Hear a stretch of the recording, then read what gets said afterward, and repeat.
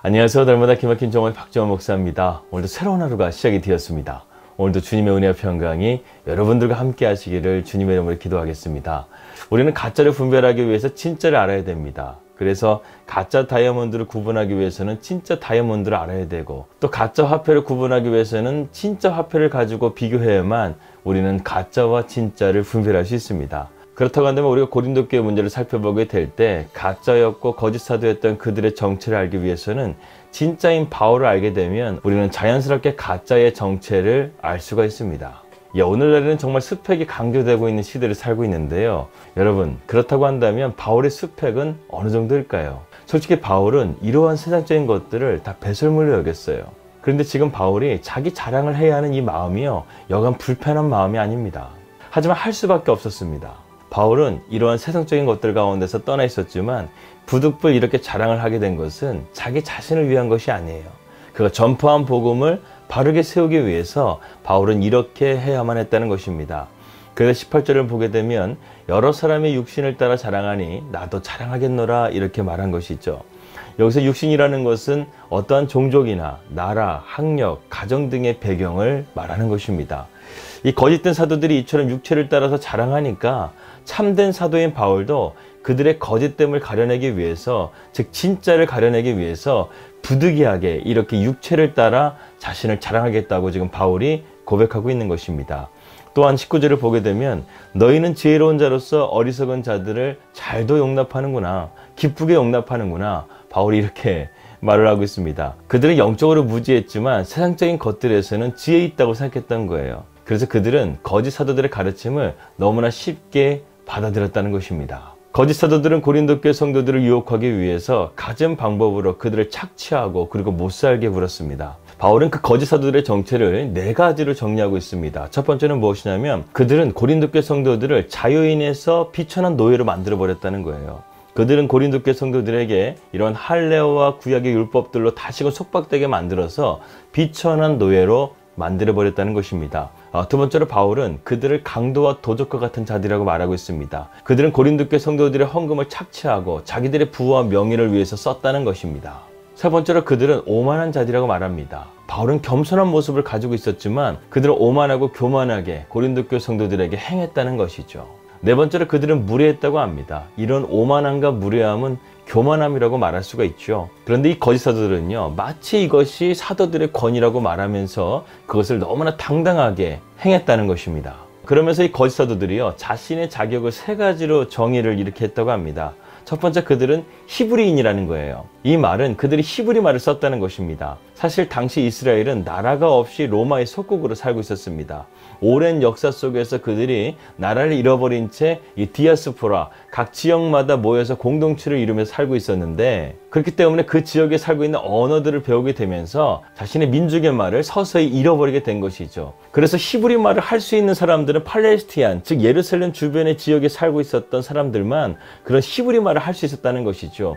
그들은 이렇게 히브리 말을 할 수 있었다는 것을 자랑으로 여겼다는 거예요. 그러니까 나는 히브리인이다. 이 말은 무슨 말이냐면 나는 히브리 말을 할 수 있어. 이것이 그들의 권위라는 것입니다. 그러면서 바울이 이방 땅에 살았던 다수의 사람이었기 때문에 그가 히브리 말을 못할 것이라고 생각했던 것 같습니다. 근데 여기서 바울의 스펙을 한번 볼까요? 바울은 다수 사람이었지만 그는 철저하게 율법적인 전통 가운데서 태어났던 사람이었습니다. 그는 8일 만에 할례를 행했고, 그리고 모세 오경이라는 율법을 철저하게 배우고, 그는 심지어는 그 당시에 최고의 율법학자였던 가말리엘의 문화였습니다. 바울이 이러한 스펙들을 늘어놓게 되면 그들은 정말 할 말이 없는 거예요. 그래서 바울이 말하잖아요. 나는 히브리인 중에 히브리인이라는 거예요. 바울을 깎아 누르려고 했던 이 거짓사들의 공격에서 바울은 1승을 거두게 됩니다. 두 번째로 그들은 자신은 순수 이스라엘 사람이라고 말을 합니다. 여기서 말하는 이스라엘이라는 것은요, 하나님의 선민의 사람으로서 유대인을 두고 하는 말이죠. 그러니까 자기는 유대인이라는 거예요. 그래서 그들은 이렇게 주장했다는 것입니다. 진정한 유대인이라고 한다면 이 팔레스타인의 약속의 땅에 살아야 된다는 거예요. 그렇기 때문에 바울은 이방 땅에 살았기 때문에 그는 정통 유대인이라고 할 수 없다는 것입니다. 그들의 주장에 대해서 바울은 이렇게 응수합니다. 택도 없는 소리 하지 마라. 나는 누구 못지않게 이스라엘 사람이다. 그들은 정말 말도 안 되는 어거지로요, 바울을 지금 공격하고 있는 것입니다. 그들의 공격에서 바울은 또 한 번 승리를 거둡니다. 2승을 한 거예요. 세 번째로 그들은 자신들은 아브라함의 후손이라고 말을 합니다. 저는 여기서 이해가 안 되는 거예요. 철저하게 율법을 배운 동족인데 왜 그렇게 거짓 사도들은 바울을 이렇게 구분하려고 하는 것일까요? 예, 맞습니다. 그들이 내세울 수 있는 것은요, 이것밖에 없다는 거예요. 가짜와 진짜의 차이는요, 그리 어렵지 않아요. 굳이 다른 사람들에게 자신을 드러내지 않아도 당당하다는 거예요. 그런데 한번 가짜를 보십시오. 온갖 거짓말을 뒤집어 써서 자기를 포장하지만 결국에는 그 정체가 다 드러나는 거예요. 그들이 주장하는 것이 얼마나 얇습니까? 얼마나 유치합니까? 자기의 동족도 못 알아보는, 진리가 무엇인지도 못 알아보는 그런 영적인 무지 가운데 그들은 있었다는 거예요. 이제 바울은 이렇게 말합니다. 야, 이제 너희가 할 말 다 했어? 너희가 자랑하고 싶은 거 다 한 거야? 한번 내가 내 자랑을 한번 해볼까? 내 스펙을 한번 너희들한테 말해볼까? 바울이 이제 쐐기를 박는 한 판을 준비하고 있습니다. 우리가 정말 자신이 믿고 있는 것이 진짜라고 한다면 그것을 끝까지 붙들고 나아가야 합니다. 바울은요, 자신이 주님께 계시를 받은 이 진짜 복음이 진짜이기 때문에 그는 어떠한 고난과 어떠한 어려움 속에서도 믿음을 지키며 지금 그들에게 말하고 있는 것입니다. 근데 우리가 바울의 고난의 목록들을 함께 살펴보기 전에 우리가 먼저 한 가지를 알아야 될 것이 있습니다. 바울이 이 고난의 목록을 쓰고 있는 이 고린도 후서를 쓸 때만 하더라도요, 지금 사도행전의 시점으로 보게 될 때 사도행전 19장에 있는 내용을 우리가 지금 지나가고 있는 거예요. 무슨 말입니까? 바울이 지금 사도행전 19장까지의 고난만 나열하더라도요, 엄청난 고난을 당했다는 것을 우리는 알 수 있다는 것이죠. 그런데 여기서 끝난 것이 아니에요. 이렇게 고난을 당했으면 하나님께서 좀 이 정도까지만 했으면 좀 편안하게 인도해 주시지, 20장부터 28장까지의 바울의 고난을 보십시오. 그는 이제 감옥에 들어가게 되고 여러 가지 어려움을 당하게 되잖아요. 고난이 끝이 없잖아요. 근데 바울의 삶을 보십시오. 바울이 불평했습니까? 원망했습니까? 아니라는 거예요. 바울은 이제 사도행전 19장 이후에 그가 감옥에 들어가게 되면서 그가 감옥에서 얼마나 많은 저술들을 하게 됩니까? 바울이 진짜였기 때문에 그의 삶 가운데 끊임없이 나타났던 고난도 그를 해할 수가 없고 그의 믿음을 누를 수가 없었다는 것이었습니다. 그렇다고 한다면 바울의 수많은 고난의 목록이 이제 나열되는데 우리는 오늘 대표적으로 세 가지를 함께 살펴보고 말씀을 마칠까 합니다. 첫 번째로 바울은 3번의 태장을 맞은 고난을 받았어요. 이것은 로마의 형벌 중에 하나였다고 합니다. 로마의 관리 밑에서 형벌을 책임지는 하수인들이 리토르라고 부르는데요. 그들은 자작나무로 만든 이 태장을 갖고 죄수들을 내려쳤다는 것이죠. 바울은 이러한 형벌을 3번이나 맞았다는 것입니다. 사실 이러한 형벌은 바울에게 내려서는 안 되는 형벌이었습니다. 왜? 바울은 이미 로마의 시민권을 가지고 있었기 때문에 로마의 시민권은 이러한 채찍질을 해서는 안 되었기 때문에 그렇습니다. 두 번째로 바울은 40의 감암매를 5번이나 맞았다고 고백하고 있습니다. 이것은 유대인의 형벌에 속하는데요. 유대인의 율법은 그러한 태형을 신명기 25장에서 언급하고 있습니다. 보통의 경우 형벌은 40번의 매를 때리는 것이며 어떤 경우에도 그 이상을 초과해서는 안 됩니다. 형을 집행하는 집행에는요, 채찍의 3분의 1은 앞가슴을 때리고요, 그리고 3분의 2는 등을 때린다고 합니다. 그리고 서 있을 때나 앉아 있을 때는 때릴 수가 없고 다만 구부리고 있을 때에만 그것을 때릴 수가 있었다는 것이죠. 그리고 치는 자는 그 매를 들고 힘껏 한 손으로 내리쳐야 됩니다. 바울은요, 이러한 매를 5번이나 맞았다는 거예요. 세 번째로 바울은 선교 여행하는 가운데서 수많은 어려움들을 당했다는 거예요. 바울의 시대에는 육로나 해상 이 둘 다 모두 위험천만했습니다. 바울은 이처럼 복음을 전하는 가운데서 사방이 우겨싸움을 당하여도 그가 이렇게 믿음의 길을 걸어갈 수 있었던 비결은 딱 한 가지였습니다.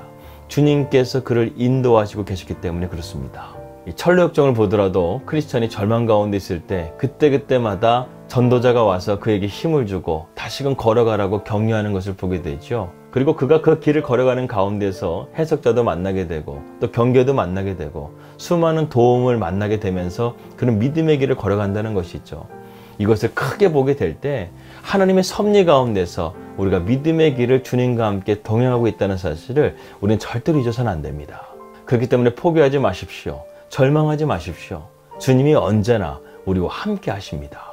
하지만 이러한 고난 속에서도 바울을 짓누르고 있었던 진짜 고난이 있었습니다. 그것은 무엇이냐면 바로 모든 교회를 향한 그의 염려였다는 것이죠. 바울이 사역했던 당시에는 폭군으로 유명한 글라우디오 황제 통치 시절이었기 때문에 기독교는 심한 박해와 핍박, 그리고 경제적인 활동은 극히 제한된 삶을 살 수밖에 없었습니다. 또한 내부적으로는 같은 동족인 유대인으로부터의 핍박도 만만치가 않았다는 것이죠. 한마디로 말해서 그들이 정말 신앙을 지킨다는 것은요, 정말 어려운 일이었다는 거예요. 그들은 정말 목숨을 바쳐서 믿음을 지키며 살아야 했다는 것입니다. 그렇기 때문에 바울이 교회를 향한 염려가 왜 없었겠습니까? 바울은 그들의 아픔과 슬픔을 함께 짊어지는 참된 사도였던 거예요. 29절을 함께 보겠습니다. 누가 약하면 내가 약하지 아니하며 누가 실족하게 되면 내가 애타지 아니하더냐. 이 바울의 마음이 느껴지지 않습니까? 여러분, 참된 목자는요, 늘 성도들에게 마음이 가 있기 때문에 성도들의 마음이 약해지거나 또 절망하게 되면 참된 목자는요, 함께 애탈 수밖에 없는 거예요. 이것이 참된 목자의 심정입니다.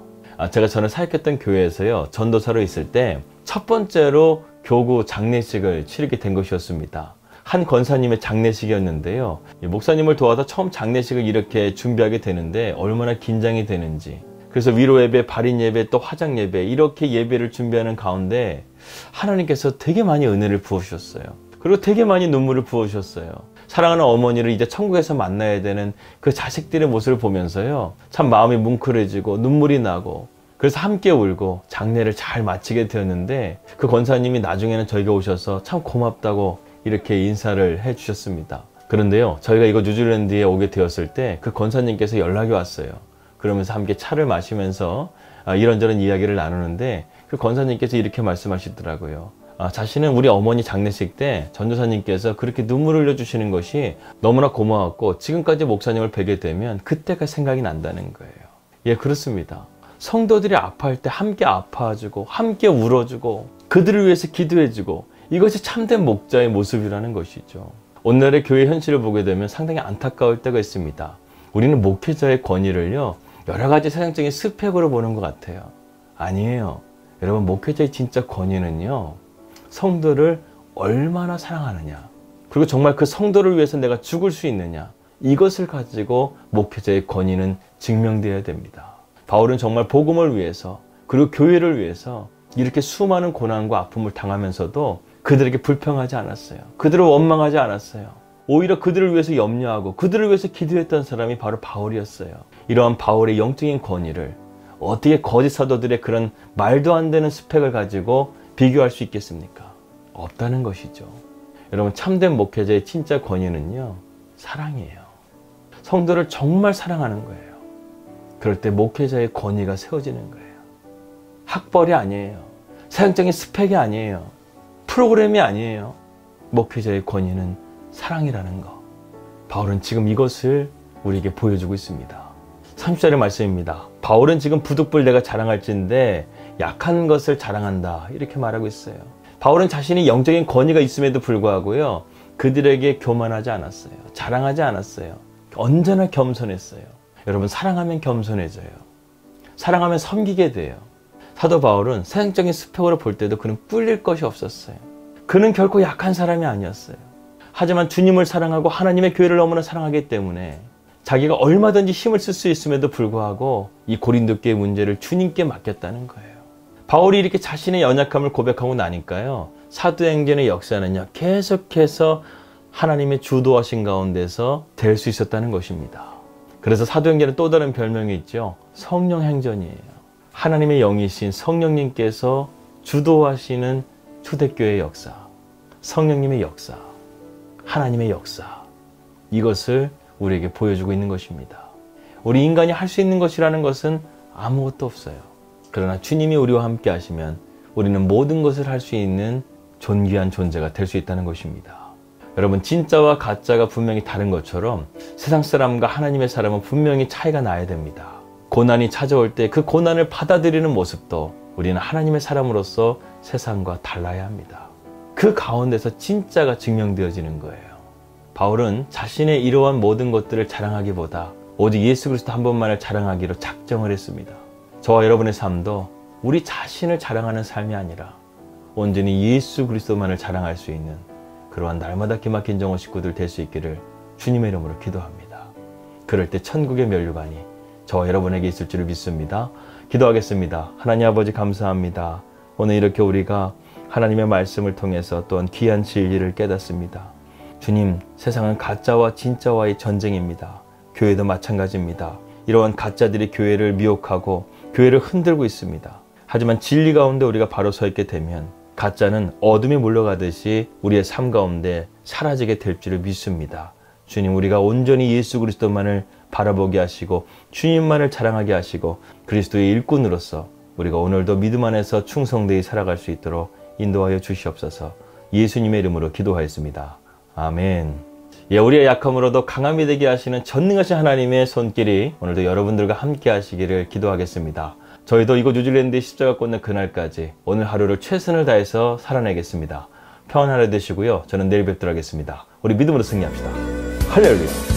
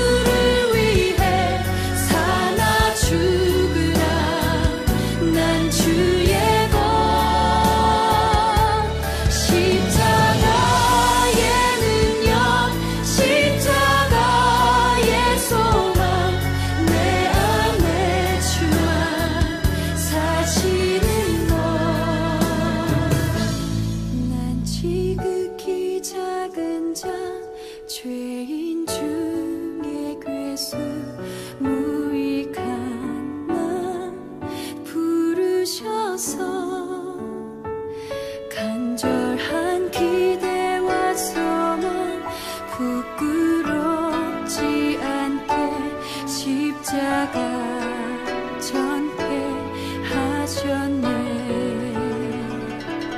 내 사랑